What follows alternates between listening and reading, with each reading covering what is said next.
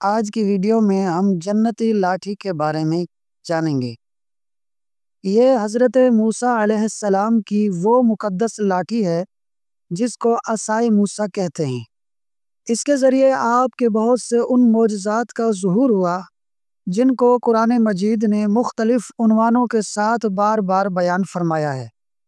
اس مقدس لاٹھی کی تاریخ بہت قدیم ہے، جو اپنے دامن میں سینکڑوں ان تاریخی واقعات کو سمیٹے ہوئے ہے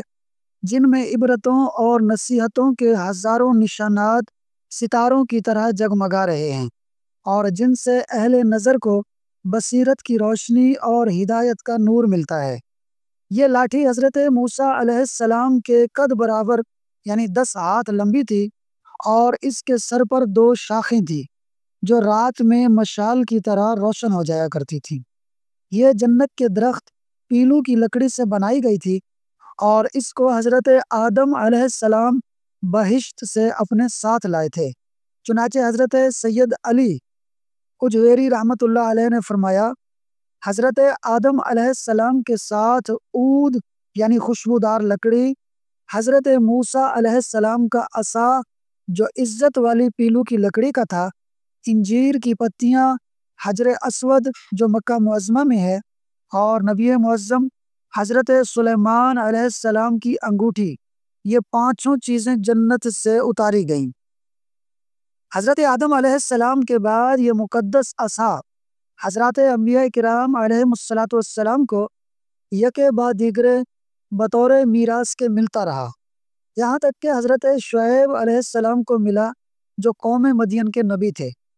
جب حضرت موسیٰ علیہ السلام مصر سے ہجرت فرما کر مدین تشریف لے گئے اور حضرت شعیب علیہ السلام نے اپنی صاحبزادی حضرت بی بی صفورہ رضی اللہ عنہا سے آپ کا نکاح فرما دیا، اور آپ 10 برس تک حضرت شعیب علیہ السلام کی خدمت میں رہ کر آپ کی بکریاں چراتے رہے، اس وقت حضرت شعیب علیہ السلام نے حکم خداوندی عز و جل کے مطابق آپ کو یہ مقدس عصا عطا فرمایا۔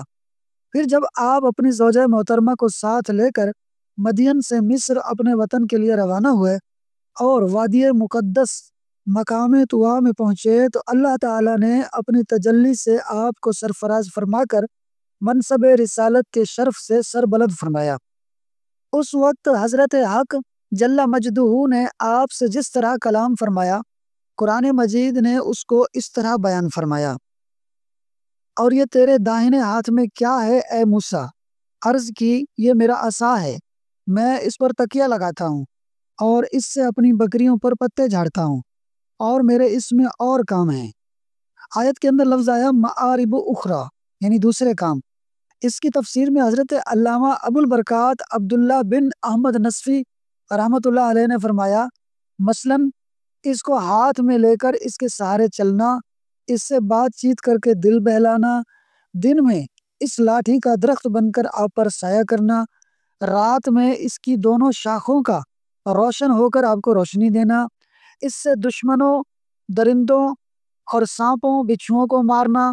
کنویں سے پانی بھرنے کے وقت اس کا رسی بن جانا اور اس کی 2 شاخوں کا ڈول بن جانا، بوقت ضرورت اس کا درخت بن کر حسب خواہش پھل دینا، اس کو زمین میں گاڑ دینے سے پانی نکل پڑنا، یہ سارے کے سارے دوسرے کام تھے جو حضرت موسیٰ علیہ السلام اس لاٹھی سے لیا کرتے تھے۔ حضرت موسیٰ علیہ السلام اس مقدس لاٹھی سے یہ سارے کام لیتے رہے، مگر جب آپ فرعون کے دربار میں ہدایت فرمانے کی غرض سے تشریف لے گئے اور اس نے آپ کو جادوگر کہہ کر جھٹلایا، تو آپ کے اس عصا کے ذریعے بڑے بڑے معجزات کا ظہور شروع ہو گیا، جن میں سے 3 معجزات کا تذکرہ قرآن مجید نے بار بار فرمایا، جو کہ انشاءاللہ ہم اگلی ویڈیو میں سنیں گے۔